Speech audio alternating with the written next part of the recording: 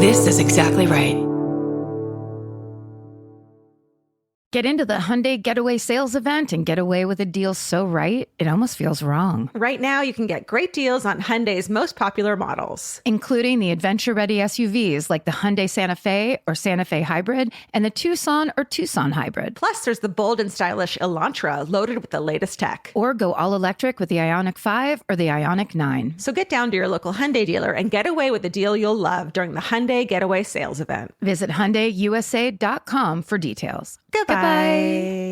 Vacation planning should feel like a breeze, not a deep dive into countless travel sites searching for the best deal. With Cheap Caribbean's Budget Beach Finder, you can search every destination and every date all in one search. You'll save time and money with the Budget Beach Finder. Say goodbye to endless scrolling and tab hopping and hello to Budget Beach Bliss at your fingertips. Go to cheapcaribbean.com to try out the Budget Beach Finder and see just how stress-free vacation planning should be. Goodbye. Capture your favorite summer feeling with Pandora Jewelry. Discover a collection inspired by the sunshine, freedom, and moments that make the season unforgettable. From sun-kissed metals to personalized pieces ready to be engraved with your summer mantra. Each design moves with you from beach days to golden nights and every memory in between. Shop Pandora Jewelry's new summer collection in-store or online at pandora.net and let your summer unfold. Goodbye.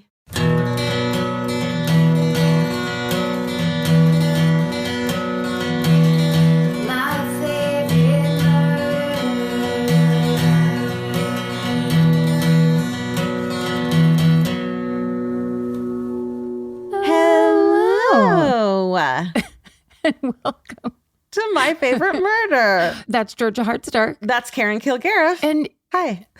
What? What? You came to us. Yeah. What? You called. You called me.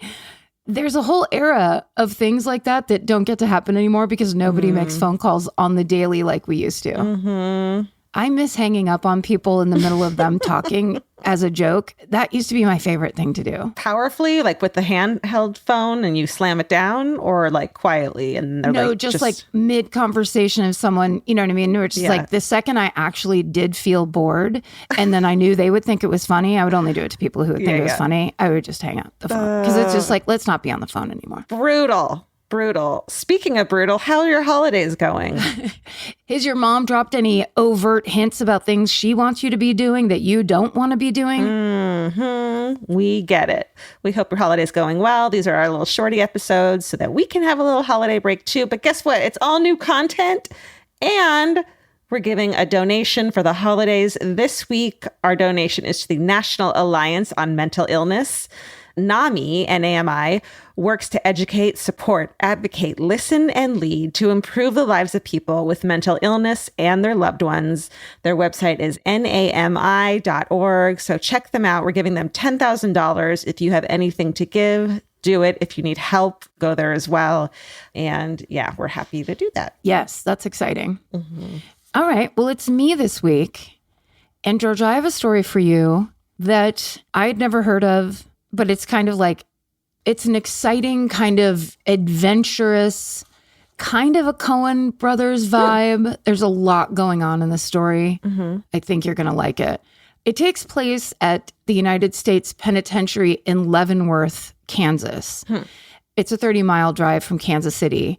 Just to clarify, because I know you get confused, this is the United States Penitentiary Leavenworth, or USP Leavenworth. It's often confused with the nearby military prison, the United States Disciplinary Barracks. Oh, yeah. Both of them are shorthanded as Leavenworth. They're separate institutions. Let's clear this confusion that's just on everyone's minds on a daily basis. Whose nickname was it first? Because we need to fix that. It's very confusing for us civilians. Someone write in who knows these answers. Yeah. But the Leavenworth I'm talking about, along with Alcatraz, is one of the most famous federal prisons in the United States. So I'm talking about the famous one. Okay. But unlike Alcatraz, Leavenworth is still operational today.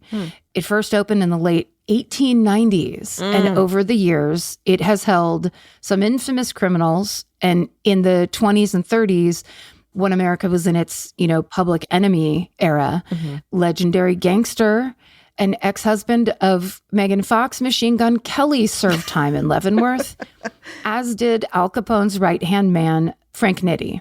In 1931, Leavenworth was the site of one of the most violent, ambitious, and wildly unsuccessful prison breaks in U.S. history. This is the story of the 1931 Leavenworth Prison Break. Ooh, a prison break. That's a good one. Right? Yeah. So the main source for today's story is the book Leavenworth 7 by author Kenneth Lemaster. And Marin says that book is very much worth reading. If you like this story and you want to hear all the details, get the book Leavenworth 7 by Kenneth Lemaster, and the rest of the sources are in our show notes. So this starts around 9 a.m. on a mid-December morning at Leavenworth in 1931. It's been an unusually rainy and very cold past few weeks, but despite this gloomy, lazy day weather, Leavenworth Prison is buzzing with activity. So clearly not a lot of lazy days in prison. No. So over in the administrative offices, 50-year-old warden Thomas B. White is preparing to meet with some inmates, as he does every morning between 9 a.m. and 11 a.m.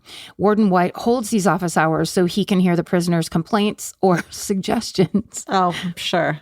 I mean, he was pretty progressive for the 30s, actually. Yeah. But the idea of that, where it's like, could we have a little more salt in the food? Right. Or a suggestion box in a prison. Yeah, but straight to the warden's face. So good luck.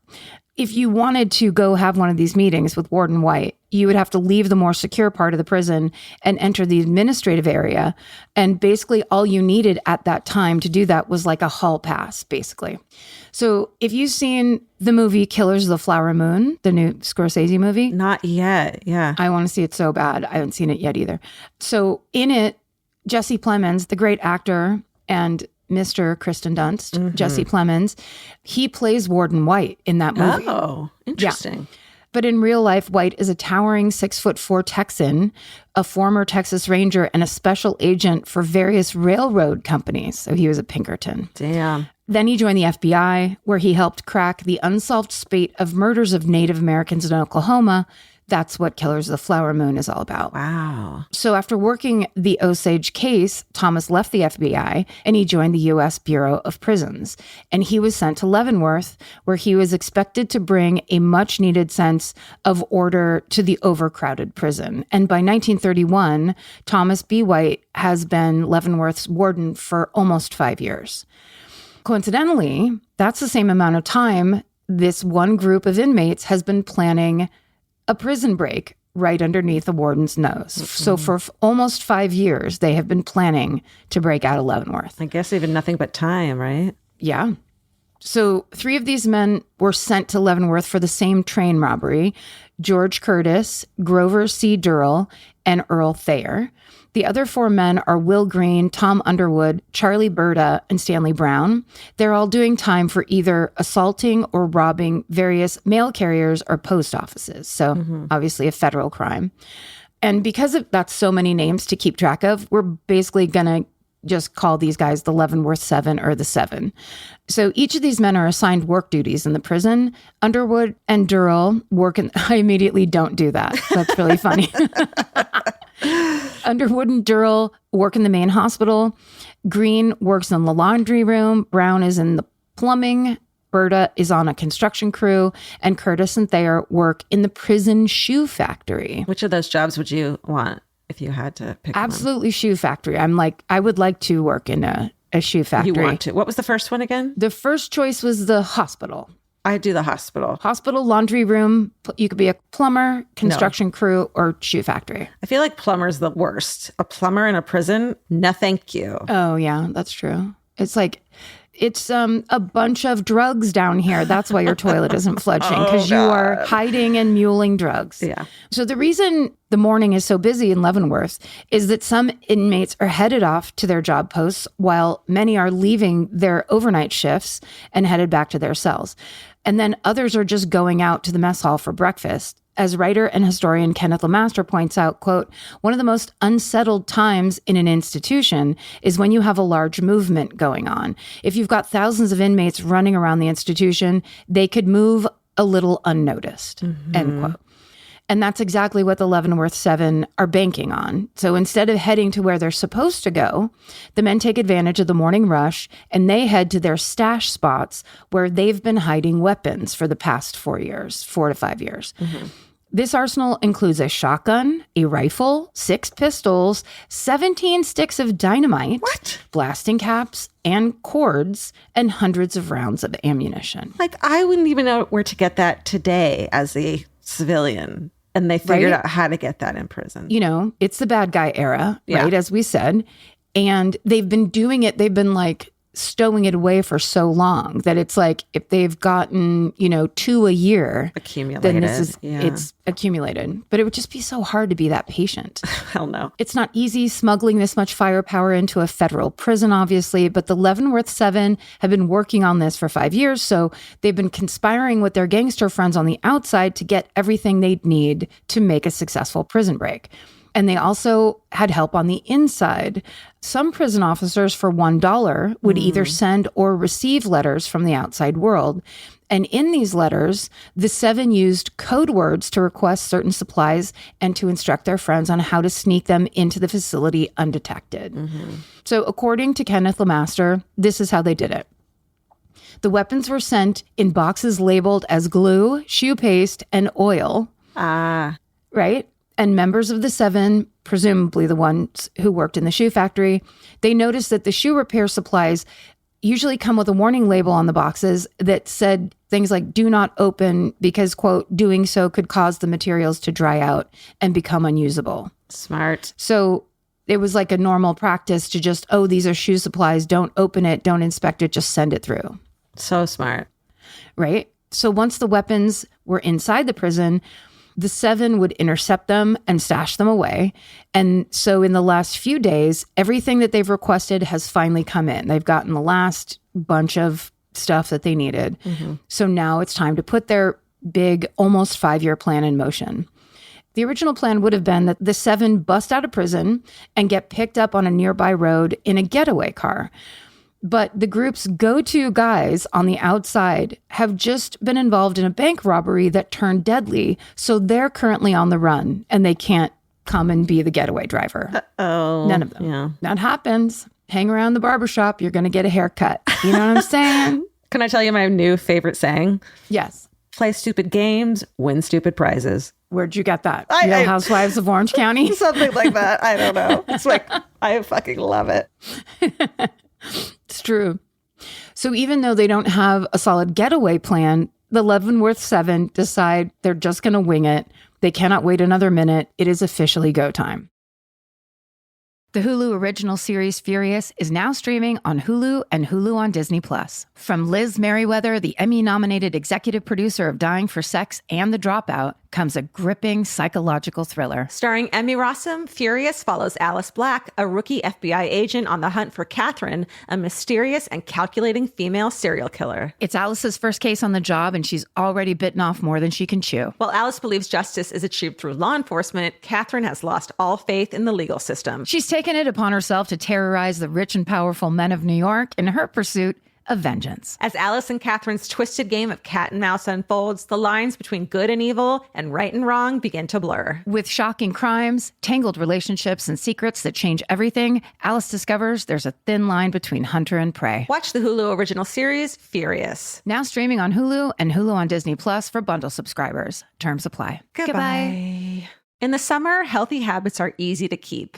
Until you leave the house. You walk out the door, and the next thing you know, you're barefoot and feral in a gas station candy aisle. That's why Kachava makes it easy to maintain your routines. Kachava is an all-in-one nutrition shake, and now it comes in new travel packs. Every packet gives you a simple shake with protein, fiber, vitamins and minerals, greens, probiotics, omegas, electrolytes, and more. They're easy to toss into a bag, easy to take on the road, and a simple way to stick with your normal wellness habits, even when your schedule changes. Man, that Kachava matcha in the individual packs is like my dream snack. It's exactly what I need and want in between the not great meals I'm eating for lunch and the snacks I would have had anyways that are terrible for me. Like, this is something I feel like I'm treating myself when I take. You're treating yourself to vitamins, fiber, all these things that your body really wants and needs and kind of craves that It does seem like it takes a big effort to get. So now you're getting it all in one packet and in a little drink you like. Take your daily ritual with you. Go to kachava.com and use code MFM for 15% off your first order. That's Kachava, KACHAVA.com, code MFM. Goodbye. If you're always on the lookout for a great audiobook or just want help figuring out what to listen to next, there's a podcast you should know about. It's called Earsay, the Audible and iHeart Audio Book Club, hosted by Cal Penn. Each episode takes a closer look at some of the most talked about new audiobooks on Audible,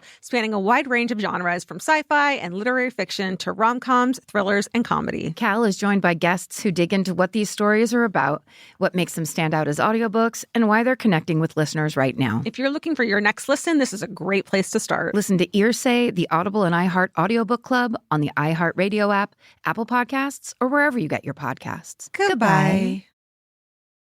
So to kick things off, Darrell, Curtis, and Underwood head toward the warden's office with a forged warden's hall pass, right? Pretending that they're going to go make some suggestions. Got it. We'd love a nice pasta every couple nights. How about Tuesday taco night? Hey, it would be fun. It would uplift the prisoners. Right. Bring us all together. Come on. Everyone loves a buffet. I'll shred the cheese. Okay. So they present this fake hall pass to the gate officer. The gate officer thinks it's legit. He lets the inmates into the main corridor, and he assumes that they're just going to head off into the direction of Warden White's office. Instead, as the three men pass through the gate, George Curtis pulls out a pistol that he's hidden in his clothing. He shoves it into the officer's back, and he demands the officer hand over his gate keys. Once he has those keys, Curtis unlocks the gate behind them so that the other four members of the Leavenworth Seven can join them. And then they take that officer hostage. They pull out their weapons and they push him down the hallway toward the warden's office. So it's on big time. Yeah. They immediately have a hostage of one of the prison officers. Like, there's no going back. Too easy. It was.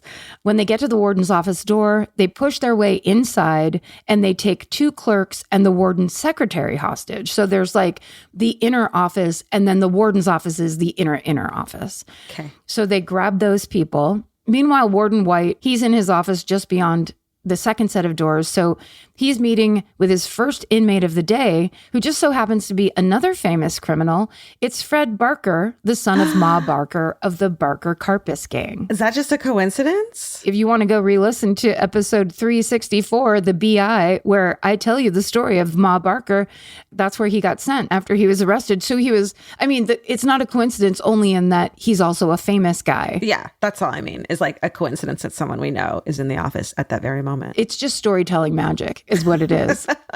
So when Warden White hears that there's a commotion outside of the office, he immediately assumes it's an attempted prison break, and he immediately knows the one thing escapees want most of all, and that's a getaway car. So he takes his car keys out of his pocket, and he really quickly hides them under the rug. So this guy's like on it. Yeah. He's been a Pinkerton. He's like, he knows his stuff. No bullshit. Then he looks at Fred Barker. He tells him to sit tight. And then he walks over to the office door, throws it open, and sees the barrel of a gun pointing in his face. Warden White immediately submits to the Leavenworth Seven and becomes another hostage in this growing group of hostages. It turns out the warden was right. His car is, in fact, what the group is after. So they plan to take his keys, walk to the warden's nearby residence, which is like seemingly like right next door. Yeah. From the descriptions I've read. And they're going to steal his Buick, which sits on the front lawn of Leavenworth. So they know that his car is out there. Yeah. The group leaves Fred Barker behind, but they grab a construction foreman and two typewriter repairmen who just happen to be on site that day. So now there's even more hostages. That's too many. It's so many. You can't keep track of that many hostages. And also, I'm just trying to picture how they're moving. Like, is there an inner circle of like 10 hostages as the 7 are on the outside? Taking like tiny steps. I just imagine it's like the Three Stooges, you know. Yes. They have to move en masse or not at all. Right. Okay, so the group heads to the front door. When they reach the front door, they see an officer named J.H. Dempsey, and they order him to open it. Dempsey refuses. So George Curtis pulls out several sticks of dynamite that have been tied together and yells, quote, "If this gate isn't open by the time I light this fuse, I'll blow us all to hell." To which Officer Dempsey responds, quote, "I guess we'll all see each other in hell then." Fuck. Hey guy. And that's not just bluster. Officer Dempsey is actually following protocol. But at the same time, Warden White is convinced that George Curtis, along with these other members of the Leavenworth Seven, have nothing to lose. They really might be willing to blow themselves up versus bungling their escape plan. And with the lives of these hostages now on the line, including himself, Warden White is trying to determine what action will cause the least amount of damage. Yeah. If the dynamite's lit, Warden White knows multiple innocent people could die right here in Leavenworth's main corridor. If that's not dire enough, the entire front of the prison could become blown off, basically, if he really does it. And that would lead to even more inmates escaping. So the warden orders Officer Dempsey to open the front door and let them pass. So as the group moves outside, the seven take Officer Dempsey hostage. And now there's like around a dozen or so hostages being led by 7 armed inmates down this long staircase that leads from Leavenworth's front entrance onto its lawn. Meanwhile, 2 guards that are up in the nearby guard tower see all of this go down, and one of them removes the tarp from the machine gun and whirls it around to prepare to fire. And the Leavenworth Seven see them do this, and Stanley Brown yells out, quote, "If he fires, we'll kill you all." Warden White calls out to the tower guards, quote, "We've made it this far, no reason for bloodshed now," end quote. When the group hits the lawn, the 7 release all the hostages except for Warden White. Okay. They push him toward his nearby residence, and once they're there, they all pile into his Buick. But when they demand for him to give them his car keys, he honestly tells them, "Hey, sorry, they're back in my office." I feel like it's like when you get robbed at a bank or whatever, like just go with what they're demanding and nobody gets hurt, hopefully. But also, if you're going to make a plan like this, make sure you have the keys before you get outside. Don't just assume. They're doing things you just can't go backwards on. It's like, oh, sorry, I'll run back in. Right. So they climb out of the Buick. They get him into the Buick. They realize there's no keys. They all have to get out of the Buick.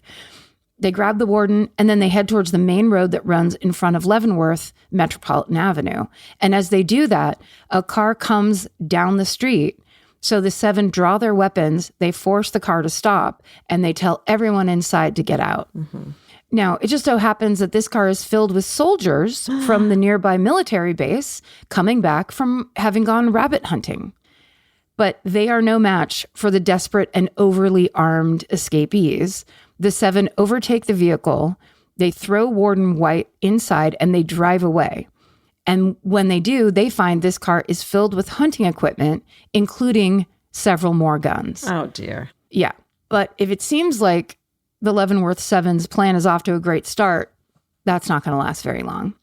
So Charlie Berta is driving this stolen car, and he actually asks the warden which direction he should go to make a clean escape, which is kind of funny.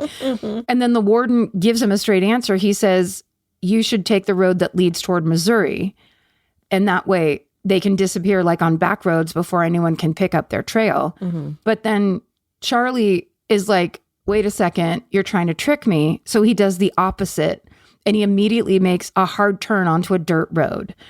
But because of all the recent rain, the road is incredibly muddy. Oy. So before the men can put really any distance between themselves and Leavenworth, Berta drives the car into a ditch, and it gets stuck in the mud. Fucking Berta. He's always, right? Jeez. Why do we have him drive? Yeah. So meanwhile, the alarms are blaring at Leavenworth, signaling that there's been a prison break, and word is out. So the 7 are forced to abandon the car that's stuck in the mud. They grab the warden, and they grab their weapons, and they just start running down this muddy road. And as luck would have it, another car is coming up the road toward them. This one's smaller than the soldier's car that they had just abandoned, but beggar escapees can't be chooser escapees. Mm-hmm. So again, they basically carjack this next vehicle, and they leave the driver, who turns out to be a Leavenworth officer who's headed into work. They leave him on the side of the road, and then 8 people try to climb into a car that's designed to hold 5 passengers. Ooh, I've done that after a night out. You get a small Uber, and you're like, we're just going to share a seatbelt. You were probably always the one that laid across the top because you were the smallest. So this car is so packed that 2 of the inmates are forced to actually stay outside and ride on the running boards. Oh. Now, this is, remember, 1931. So it is a little bit of a, oh, brother, where art thou situation where it's like, back then they had much wider side running boards. But I just want to say really quick, that was a fun thing that my dad, he would come and pick me and my sister up at school in the Volkswagen. And the Volkswagen had very small running boards on the side. And he rolled both windows up and then let my sister and I hang on the side of the car while he drove around the playground. Yes. And it was the most fun. And he'd be like, you cannot tell your mother. And we didn't tell her till we were like in our 20s. Oh, I love it. Oh, that's so dangerous, but so rad. So dangerous, but so fun. So fun. Really, I'm going to call him and thank him for that. Aw. So now the getaway car is moving extremely slow under all this extra weight that it can't carry, right? And it's actually dragging on the muddy ground. So the 7 know they can't escape in this slow-moving car. So they start looking for another car to steal. They spot one sitting outside of a one-room schoolhouse. So good old Charlie Berta pulls to the side of the road, and 3 of the 7 bust into the schoolhouse. The children start screaming and crying as the escapees demand that the young teacher, a woman named Anna Meyer, give them her car keys. This is my favorite. Anna reportedly tells them, quote, "You go on about your business, boys. That car out there is the only thing I have. Go on and steal one from one of the farmers. I'm just a poor school teacher."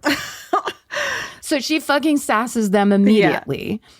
After a tense back and forth, one of the inmates walks to Anna's desk, picks up her purse, and takes her keys, and they rush back outside. Oh, my God. But when they get into her car and turn the ignition, it doesn't start. It turns out the car has ignition problems. Anna had to have a button installed under the dashboard to start the car. Holy shit. And of course, they don't know this. She obviously wasn't going to tell them. Yeah. So the 7 have to give up. They have to get back into the little 5-seater. They make it 3 more miles down the road. Then Charlie pulls onto what he thinks is a dirt back road, but it turns out it's just a bumpy driveway that dead ends into some farmhouses. And the same scene plays out for a second time. The car struggles, then basically sinks in the mud. They all have to get out. They grab the warden. They're trying to figure out their next move literally on their feet. They're still close enough to Leavenworth that they can hear the prison alarms going off. So they haven't gotten away very far at all. They make it to a small farmhouse. They force their way inside. The escapees demand the homeowners give them a phone and a car. The family says, we don't have either. Like, we don't have any money. We don't have a car. We don't have a phone. Yeah. They're like, God damn it. So the 7 decide to keep moving, but they take a few family members hostage on the way out. Just grab a few family members. There's no plan at this point. They're scrambling. Also, 7 people trying to do anything. Like, have you ever tried to go to dinner with 7 people? Oh, no. No. Nightmare. Everyone's like, it's the person with the plan, the bossy person. Then there's the contradictor. Then there's the person that wants to give up. Like, nightmare. I'm the bossy one. I'm the bossy one too. Party of 7, please. And everyone, sit down. Sit down. I'm going to order for us. So... You do love to order for the table. It's one of my talents, ordering for the table. So now the Leavenworth 7 and their hostages are walking through the nearby woods. And as they do, they have to be really careful because now a large local posse has formed to find them. There's airplanes overhead and searchers are combing the fields nearby. So they're kind of surrounded and they're very desperate. And then they come upon another farmhouse. And once again, they force their way inside, and only to discover, once again, the family has neither a phone nor a car. It's like 1931, right? It's 1931. It's like, I think Dust Bowl, right? Yeah. Definitely like the Depression. It's Depression. It's not crappening. Yeah. Sorry. Goodbye. The escapees, who seem committed to repeating the same actions over and over, snag a few more hostages from this farmhouse and start walking toward the nearby road to, of course, hijack another car. So within moments, a Chevy Coupe, which is a 4-seater, this is even smaller car. Mm-hmm. And also this is a time where cars were pretty big. And it's like they're getting all the compact cars in the area. So a Chevy Coupe comes down the road. Some of the Leavenworth 7 hide in nearby brush with the hostages, and the rest of the gang force the car to stop. They approach. The 4 passengers inside are all young people who are in their late teens, early 20s, who heard about the prison break and are driving around to check out what's happening. Oh my God, you guys. Right? So now they're a part of what's happening. Sure. So The escaped inmates pull the passengers from the car. They give them careful instructions to go walk down that road, not look back even for a second until they've gone over the hill that's in the distance, right? So it's like, walk that way, keep walking, don't look back. Okay. The group of teens walk away, leaving the escapees to discuss what they're going to do next. They know this four-seater isn't going to get all of these hostages and all of the 7 out of there. They're getting more and more stressed. And during this conversation, Earl Thayer looks toward the 4 young people and sees one of them, of course, a dude, turn around and look at them. So Earl raises his rifle. No. Warden White sees this. He immediately reacts, yelling for the other hostages to run as fast as they can, while he manages to grab a gun from the 7's arsenal. The hostages run, but as they do, one of the 7 bashes Warden White over the head with the butt of a gun, and then Will Green fires his shotgun directly at the warden, blowing him into a ditch. Oh my God. So now the escapees are panicking. They're in the middle of the road. They don't have a getaway car that can fit all of them. Their hostages are gone, and they think they've just murdered the warden of Leavenworth Prison. Mm-hmm. The Hulu original series Furious is now streaming on Hulu and Hulu on Disney+. From Liz Merriweather, the Emmy-nominated executive producer of Dying for Sex and The Dropout, comes a gripping psychological thriller. Starring Emmy Rossum, Furious follows Alice Black, a rookie FBI agent on the hunt for Catherine, a mysterious and calculating female serial killer. It's Alice's first case on the job, and she's already bitten off more than she can chew. While Alice believes justice is achieved through law enforcement, Catherine has lost all faith in the legal system. She's taken it upon herself to terrorize the rich and powerful men of New York in her pursuit of vengeance. As Alice and Catherine's twisted game of cat and mouse unfolds, the lines between good and evil and right and wrong begin to blur. With shocking crimes, tangled relationships, and secrets that change everything, Alice discovers there's a thin line between hunter and prey. Watch the Hulu original series, Furious. Now streaming on Hulu and Hulu on Disney Plus for bundle subscribers. Terms apply. Goodbye. If you're always on the lookout for a great audiobook or just want help figuring out what to listen to next, there's a podcast you should know about. It's called Earsay, the Audible and iHeart Audio Book Club, hosted by Cal Penn. Each episode takes a closer look at some of the most talked about new audiobooks on Audible, spanning a wide range of genres from sci-fi and literary fiction to rom-coms, thrillers, and comedy. Cal is joined by guests who dig into what these stories are about, what makes them stand out as audiobooks, and why they're connecting with listeners right now. If you're looking for your next listen, this is a great place to start. Listen to Earsay, the Audible and iHeart Audiobook Club on the iHeartRadio app, Apple Podcasts, or wherever you get your podcasts. Goodbye. Capture your favorite summer feeling with Pandora Jewelry. Discover a collection inspired by the sunshine, freedom, and unforgettable moments that make the season so special. Whether you're planning a weekend getaway, gathering with friends, or simply soaking up every sunny day, Pandora Jewelry offers meaningful pieces designed to celebrate your unique story. From sun-kissed metals that catch the light beautifully to personalized pieces ready to be engraved with your summer mantra, every detail is crafted to help you express yourself with confidence and style. Explore charms, bracelets, rings, necklaces, and more, thoughtfully designed to complement every adventure and occasion. Each design moves with you, from beach days and road trips to rooftop dinners, golden nights, and every memory in between. Layer your favorite looks, mark life's meaningful moments, and create lasting reminders of a season you'll never want to forget. Find the pieces that reflect who you are and where this summer takes you. Shop Pandora Jewelry's new summer collection in-store or online at pandora.net and let your summer unfold. Goodbye. Charlie Berta, Stanley Brown, and Tom Underwood take off running through the nearby woods, and meanwhile, Will Green gets behind the wheel of the Chevy coupe. Grover Durrell, Charlie Curtis, and Earl Thayer hop in beside him. As Green scrambles to start the vehicle, the men see a car speeding toward them, and it's the warden's Buick that they didn't have the keys for before. Oh, shit. Inside are the deputy warden, 2 prison officers, and the mayor of a nearby town called McLouth, Kansas. There's a note for me from Marin that says, I don't have a great explanation as to why a random mayor is involved here. I bet you anything he was up for re-election and he wanted to be one of the people who caught the 7. How do you live near Leavenworth and when the prison break alarm goes off, you don't go, well, I'm heading over there to see what's going down and what's needed? Definitely. So now a shootout erupts in the middle of the road between these 2 vehicles. The passengers in the warden's car have a submachine gun, while the Leavenworth 7 fire back with their shotguns and their rifles. The inmates' getaway car is riddled with bullets, and people on both sides are getting shot.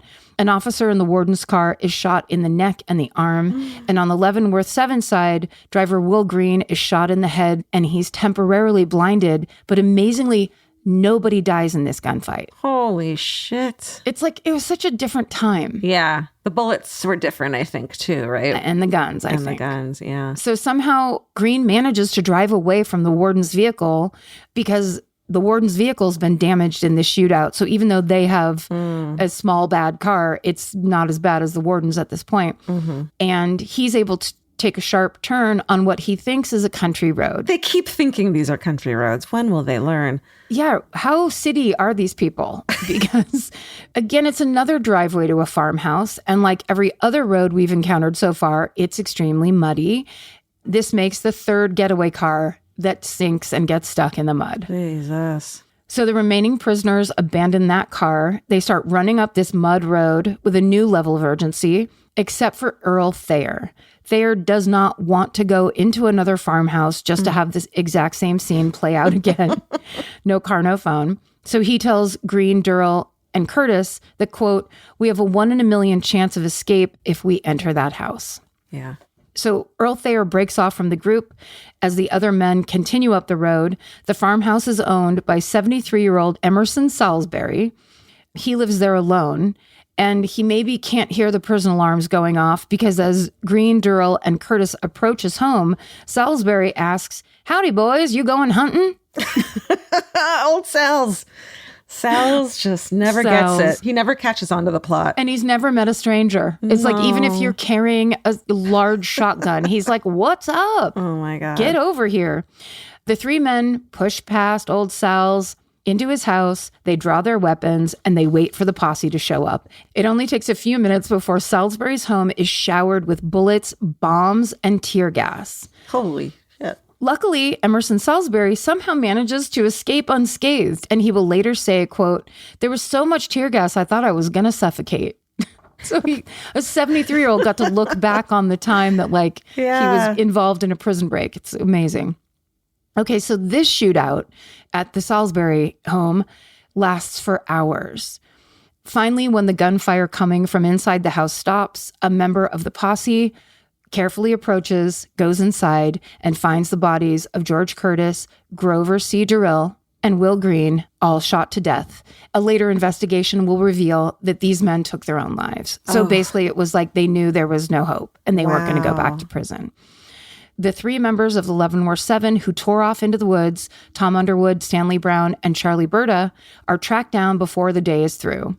They're spotted hiding in a ditch, and when the officers approach, Brown pulls a Hail Mary move. He pulls a stick of dynamite out of his pocket and says, "We all might as well go up to see St. Peter." But then because of the rain, the fuse is too wet to light. Because that's a great line, too. And then what a, so you know. He's like, "I'm going to blow us all up." And then there's like lighter. Yeah. Yeah. And then the prison official walks up and snaps the dynamite out of his hand. Yeah. So the escapees are brought back to Leavenworth. And as Tom Underwood is put into a cell, he pulls another stick of dynamite out of his coat. Nobody patted him down? No, they did. He hands it to the officer saying matter-of-factly, quote, "I won't have any use for this anymore. I don't understand how this wasn't found. I've been searched 3 different times." Wow. That is a burn. And also just like, I don't know, it feels like that was a different time. Like he just gave up. Yeah. He gave up fair and square and was like, "Here, I'm not going to squirrel this away for a future plan. You can just have it." He called Uncle. He really did. Earl Thayer is finally captured a couple days later after approaching 2 men in a garage and asking if he could exchange his rifle for some coffee. Ooh, that's desperate times. Yep. Of course, the men are local. They know who Thayer is, and they restrain him, and Earl doesn't fight back. He's taken back to Leavenworth, and he's treated for pneumonia. While recovering, he tells his doctor, quote, "I didn't do so bad for an old man." He was 63. not there. The 4 surviving members of the Leavenworth 7 are handed additional charges and additional prison time, of course. In the wake of this event, Leavenworth's prison protocol changes entirely. Security measures are beefed up, more gates are added throughout, and new protocols are put into place regarding hostage situations. Fortunately, every single one of the Leavenworth 7's many, many hostages escape unharmed, although poor Emerson Salisbury's home was seriously damaged from all the bullets and the bombs. I know. What a bummer. What about the warden? Well, let me tell you this. Okay. When Warden Thomas B. White's body is found lying in the ditch where he landed after he was shot with a shotgun, incredibly, he's alive. Despite severe injuries, he survived being hit with a shotgun blast and makes a miraculous recovery, although he never fully regains the full use of his left arm. Once he's healed, Warden White is transferred to a quieter job in his native Texas at the Latuna Federal Correctional Institution. This prison is brand new, and according to Kenneth LeMaster, quote, the institution was the Federal Bureau of Prisons' first meaningful effort at the rehabilitative side of corrections as opposed to the punitive side, end quote. At the age of 70, White leaves Latuna and joins the Texas Board of Pardons and Parole in Austin. And after 6 years, he finally retires and lives a quiet life with his wife, Bessie. Thomas B. White, Warden White, passes away in 1971 at the age of 90. Wow. Yeah. As for the 4 surviving members of the Leavenworth 7, Earl Thayer dies in Leavenworth 3 years after the escape attempt. Tom Underwood and Stanley Brown finish out their sentences and are released and fade from public view. Charlie Berta would actually go on to serve time at Alcatraz before being paroled in 1949. And once he's released, he works at a local bar, which reportedly has a direct views of Alcatraz. And he's often spotted riding his bike across the Golden Gate Bridge. So he just becomes like a city guy. Wow. And I'm trying to think, like, there's several bars that it could be, but I was thinking of, what's that bar that's famous for the Irish coffee? Oh. That's right there in Fisherman's Wharf. Is it the Buena Vista? The Buena Vista. Yes. Thank you. It just would be cool if it was like a super tourist bar that's like super famous. And he's just like, it's me. Much later, Warden White's FBI agent's son, who was also named Thomas, is told by another agent that, quote, Charlie Berta asks about your dad all the time and considers him one of the greatest men ever to live. Wow. And that is the story of the spectacular failure of the 1931 Leavenworth 7 prison break.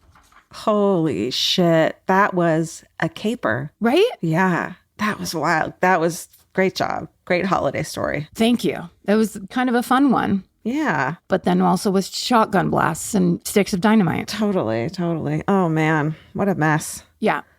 We hope your prison break goes better than that. And your holidays, too. The holiday prison break of leaving your parents' house and going to a bar to meet people you went to high school with. Oh, Enjoy. God. Enjoy. Yeah. Enjoy that. Thanks for listening, guys. Thanks for staying with us. We love you. We appreciate you. Stay sexy. And don't get murdered. Goodbye. Elvis, do you want a cookie?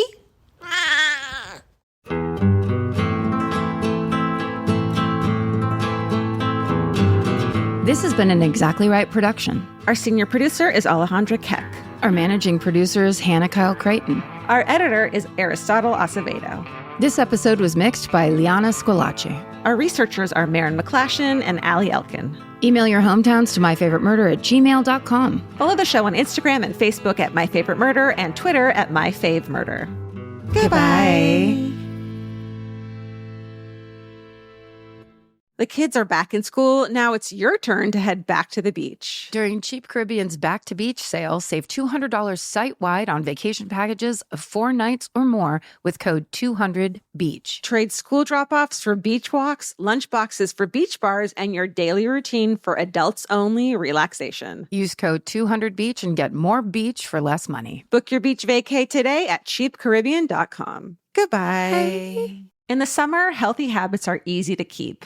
until you leave the house. You walk out the door, and the next thing you know, you're barefoot and feral in a gas station candy aisle. That's why Kachava makes it easy to maintain your routines. Kachava is an all-in-one nutrition shake, and now it comes in new travel packs. Every packet gives you a simple shake with protein, fiber, vitamins and minerals, greens, probiotics, omegas, electrolytes, and more. They're easy to toss into a bag, easy to take on the road, and a simple way to stick with your normal wellness habits, even when your schedule changes. Man, that Kachava matcha in the individual packs is like my dream snack. It's exactly what I need and want in between the not great meals I'm eating for lunch and the snacks I would have had anyways that are terrible for me. This is something I feel like I'm treating myself when I take. You're treating yourself to vitamins, fiber, all these things that your body really wants and needs and kind of craves that it does seem like it takes a big effort to get. So now you're getting it all in one packet and in a little drink you like. Take your daily ritual with you. Go to Kachava.com and use code MFM for 15% off your first order. That's Kachava, KACHAVA.com,